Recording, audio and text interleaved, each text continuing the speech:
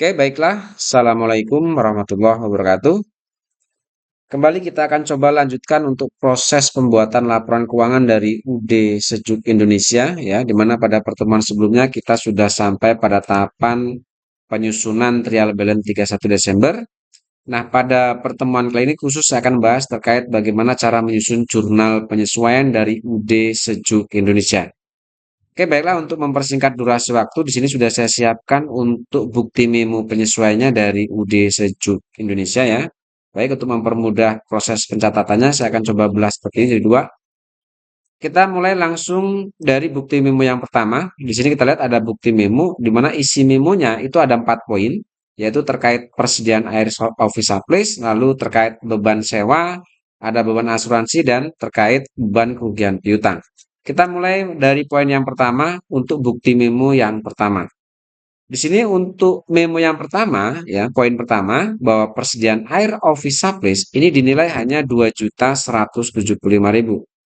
Nah, untuk mengetahui berapa beban perlengkapannya atau beban atas pemakaian perlengkapannya, kita lihat di neraca saldo 31 Desember untuk saldo office supplies. Di sini kita lihat saldonya adalah 11 juta. Oke. Nah, di sini di akhir periode ditaksir nilainya hanya 2.175.000. Artinya ada penyusutan atas nilai perlengkapan ini. Nah, untuk mengetahui berapa nilai penyusutan atas perlengkapan ini atau beban perlengkapan ini, silakan kalian kurangkan saldo office supply 11 juta ini dikurangkan dengan taksiran akhir periode yaitu 2.175. Oke, setelah kalian hitung nanti hasilnya berapa, silakan masukkan ke dalam jurnal sini. Nah, jurnal untuk mencatat adanya beban perlengkapan itu sendiri, jurnalnya adalah di sisi debit kita gunakan office supplies expense, sedangkan di sisi kreditnya kita gunakan akun office supplies. Lalu kode akunnya silakan dimasukkan sesuaikan dengan kode akun yang ada ya. Ini kebalik ini. Mestinya kode ini adalah 61200 6 strip 1200, yang ini adalah 1 strip 1600. Nah, seperti ini. Lalu kemudian untuk nilainya sendiri itu adalah pengurangan saldo office supplies ini dikurangi dengan persediaan air stock supplies atau penilaian atau taksiran akhir periode ini dikurangkan. Setelah saya hitung nilainya di sini untuk debit dan kredit didapat nilai sebesar 8.825.000 rupiah. Inilah beban atas pemakaian perlengkapan dari UD Sejuk Indonesia. Itu yang pertama. Poin yang kedua, ini terkait beban sewa. Di sini disebutkan bahwa beban sewa toko Desember itu 2 juta. Jelas di sini sudah disebutkan bahwa beban sewa toko itu besarnya 2 juta. Artinya nilai inilah yang kita catat dalam jurnal. Nah, jurnal untuk mencatat adanya beban sewa toko itu adalah di sisi debit kita gunakan akun rent expense, sedangkan di sisi kreditnya adalah prepaid rent. Kode akun silakan disesuaikan dengan kode akun yang ada di daftar akun ya. Nilainya sendiri kita masukkan yang 2 juta ini. Oke, silakan kalian masukkan untuk sisi debit dan kreditnya itu 2 juta. Itu yang kedua. Yang ketiga, ini terkait dengan beban asuransi. Sama, di sini pun disebutkan beban asuransi Desember itu 1.705.000. Di sini sudah disebutkan jelas untuk beban asuransinya adalah 1.750.000. Maka di sini jurnal untuk mencatat adanya beban asuransi, jurnalnya adalah beban asuransi itu sendiri atau insurance expense pada asuransi dibayar di muka atau prepaid insurance. Kode akun disesuaikan dan untuk sisi debit dan kreditnya silakan kalian tinggal masukkan nilai ini. Di sini sudah jelas disebutkan untuk sewa bulan Desember. Oke, itu yang ketiga. Sekarang kita masuk yang keempat terkait taksiran kerugian piutang. Bahwa di sini disebutkan taksiran kerugian piutang itu 2,5% dari saldo per 31 Desember. Artinya 25% dari nilai saldo itulah 25% dari 2,5% dari nilai saldo piutang. Sekarang kita lihat di trial balance untuk saldo piutangnya sendiri. Di sini untuk saldo piutang itu nilainya adalah 566.325.000. Nah, sekarang kita hitung untuk 2,5% ya. 2,5% dari itu kali ya, kali dengan saldo piutang di sini didapatkan nilai 14.158.125 rupiah. Nah, kemudian setelah kita dapatkan persentase, di sini kita lihat untuk saldo cadangan, ternyata saldo cadangan hanya 12.800.000. Nah, untuk mengetahui berapa beban kerugian atau istilahnya beban kerugian piutangnya, maka kita kurangkan saja untuk yang 2,5% dari nilai saldo tadi dikurangkan dengan saldo cadangan ini. Nah, setelah saya kurangkan di sini, didapat nilai sebesar 1.358.125. Inilah yang akan kita catat dalam jurnal sebagai beban kerugian piutang. Oke, jurnal untuk mencatat adanya beban kerugian piutang di sini saldonya adalah bad debt expense. Kita letakkan di sisi debit, sedang kreditnya ada allowance for doubtful debt. Silakan untuk kode akunnya disesuaikan. Untuk sisi debit dan kreditnya itu tadi kita ambil nilai selisih antara saldo cadangan dengan persentase kerugian dari piutang itu sendiri, yaitu 1.358.125 ini. Kita masukkan di sisi debit dan sisi kredit. Yaitu yang bukti memo yang pertama 4 poin yang sudah kita kerjakan. Sekarang kita masuk untuk bukti memo yang kedua. Nah, untuk bukti memo yang kedua, di sini ada 2 poin. Poin yang pertama terkait penyusutan peralatan, yang kedua terkait gaji bulan Desember yang akan dibayar di bulan Januari. Oke, langsung saja kita masukkan tanggal 31. Nah, untuk fokus yang pertama, bahwa penyusutan equipment bulan Desember 1.375.000. Jelas di sini disebutkan beban penyusutan untuk peralatan Desember itu adalah 1.375.000. Berarti nilai ini akan kita catat ke dalam jurnal sebagai penyusutan peralatannya. Jurnal untuk mencatat adanya beban penyusutan atas peralatan itu sendiri adalah depreciation expense pada equipment akun debt. Kode akun disesuaikan, nilainya sisi debit dan sisi kredit, kalian tinggal masukkan nilai ini yaitu Rp1.375.000 untuk sisi debit dan sisi kredit. Oke, itu yang poin yang pertama. Yang kedua, terkait gaji bulan Desember sebesar 10 juta, ini baru akan dibayar tanggal 2. Artinya, yang mestinya 10 juta ini atau gaji dibayar di bulan Desember, ternyata baru akan dibayar di bulan Januari. Karena baru akan, maka otomatis beban gaji ini akan menjadi hutang gaji. Nah, jurnal untuk mencatat adanya atau munculnya hutang gaji ini, jurnalnya adalah wages and salaries expense pada expense payable. Kode akun silakan disesuaikan. Kemudian untuk debit dan kreditnya, kita langsung masukkan yang nilai 10 juta ini untuk sisi debit dan sisi kredit ini. Oke, itu yang poin bukti memo yang kedua. Sekarang kita masuk bukti memo yang ketiga atau yang terakhir ya, terakhir. Bukti memo yang terakhir. Kita masukkan dulu tanggalnya, tanggal 31 tentunya. Kita masuk poin yang pertama di sini untuk bukti memo yang ketiga. Poin pertama bahwa karena pencatatan PPN income dan PPN outcome sesuai dengan faktur pajak standar, maka kedua akun tersebut dapat segera ditutup, nilai saldonya dipindahkan ke PPN payable. Artinya ini kita disuruh nutup saldo PPN outcome dan PPN income. Oke, sekarang kita lihat untuk saldo PPN outcome dan PPN income-nya. Untuk PPN outcome, di sini lihat di sini PPN outcome, saldonya dia ada di sisi sebelah kredit. Yang ini, ya. Saldonya ada di sisi sebelah kredit. Sedangkan untuk PPN income-nya dia ada di sisi sebelah debit.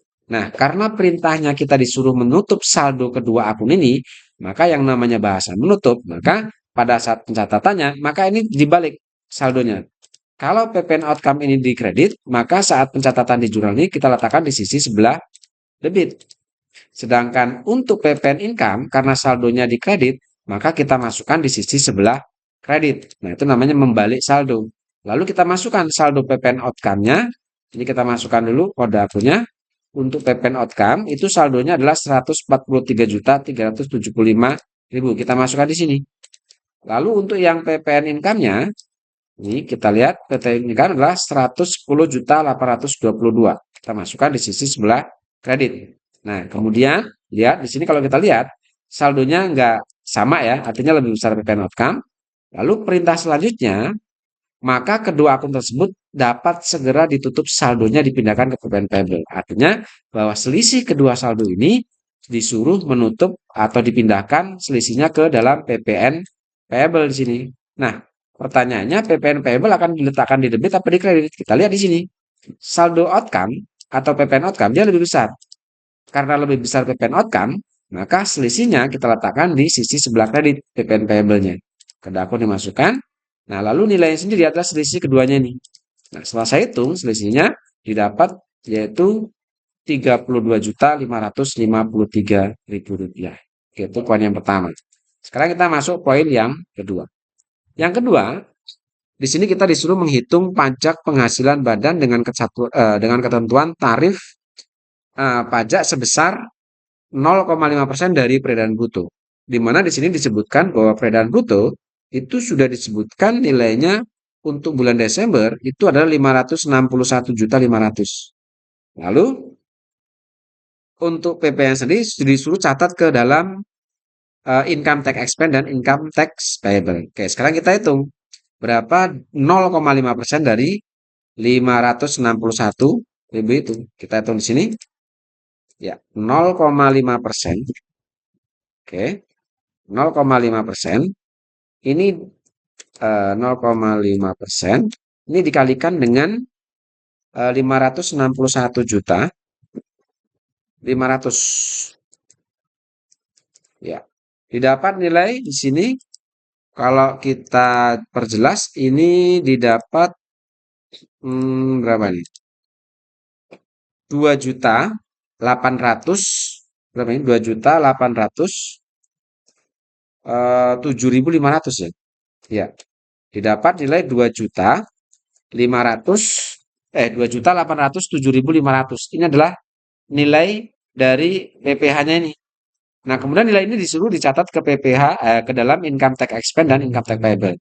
Oke, jurnalnya adalah di sisi debit kita gunakan income tax expense, di sisi kreditnya ini kita gunakan income tax payable yang pasal 25. Ini sesuai dengan ketentuan perundang-undangan bahwa wajib pajak perorangan itu di pasal 25 atau pribadi itu adalah sebesar 0,5% dari jumlah peredaran bruto. Artinya dari 3 jenis income tax payable ini, maka kita gunakan akun yang income tax payable yang pasal 25 dan 29 seperti itu ya. Sehingga di sini akunnya seperti ini. Lalu kita masukkan nilai untuk kode akunnya dan yang terakhir kita masukkan untuk nilai pajaknya. Ya, sebesar debit kreditnya adalah 2.807.500. Oke, seperti itu ya. Itu proses pengerjaan jurnal penyesuaian.